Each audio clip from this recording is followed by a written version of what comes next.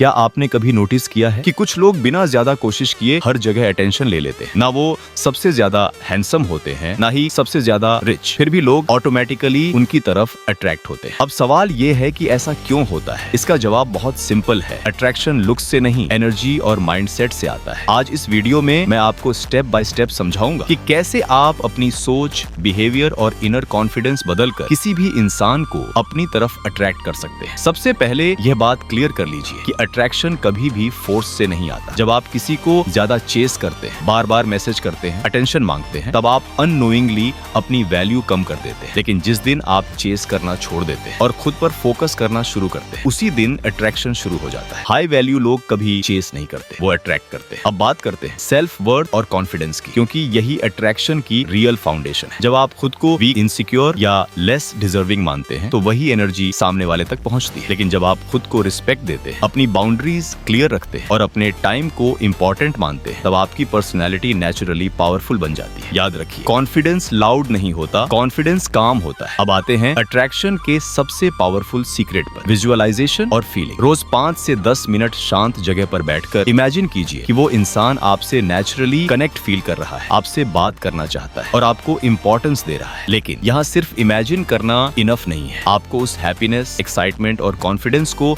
अंदर से फील करना होगा। फीलिंग ही सिग्नल है जो आप यूनिवर्स को भेजते हैं और यूनिवर्स उसी फीलिंग के अकॉर्डिंग रिस्पॉन्स देता है। अब यहाँ एक बहुत कॉमन मिस्टेक होती है, ओवर थिंकिंग और इमोशनल अटैचमेंट। बार बार यह सोचना कि वो कब कॉल करेगा, वो ऑनलाइन होकर रिप्लाई क्यों नहीं कर रहा। ये सारे थॉट्स लैक माइंडसेट क्रिएट करते हैं और जहाँ लैक होता है वहाँ अट्रैक्शन नहीं होता। इसलिए इंटेंशन रखिए, विजुअलाइजेशन कीजिए और फिर लेट गो कर दीजिए। जब आप मेंटली फ्री हो जाते हैं, तब चीजें नेचुरली आपकी तरफ आती है। अट्रैक्शन सिर्फ थॉट्स से नहीं, आपके रियल लाइफ बिहेवियर से भी आता है। जिस तरह आप बात करते हैं, चलते हैं, बैठते हैं, रिएक्ट करते हैं, ये सब आपकी एनर्जी दिखाते हैं। जब आप कम बोलते हैं लेकिन मीनिंगफुल बोलते हैं, जब आप हर बात पर रिएक्ट नहीं करते, तब लोग आपके बारे में क्यूरियस होने लगते हैं। मिस्ट्री और कामनेस अट्रैक्शन को मल्टीप्लाई कर देते हैं। अब एक इंपॉर्टेंट पॉइंट समझिए, आपकी लाइफ जितनी इंटरेस्टिंग होगी, आप उतने ही अट्रैक्टिव बनेंगे। अगर आपकी पूरी दुनिया सिर्फ एक इंसान के अराउंड घूमती है, तो अट्रैक्शन खत्म हो जाता है। लेकिन जब आपकी लाइफ में गोल्स, हॉबीज,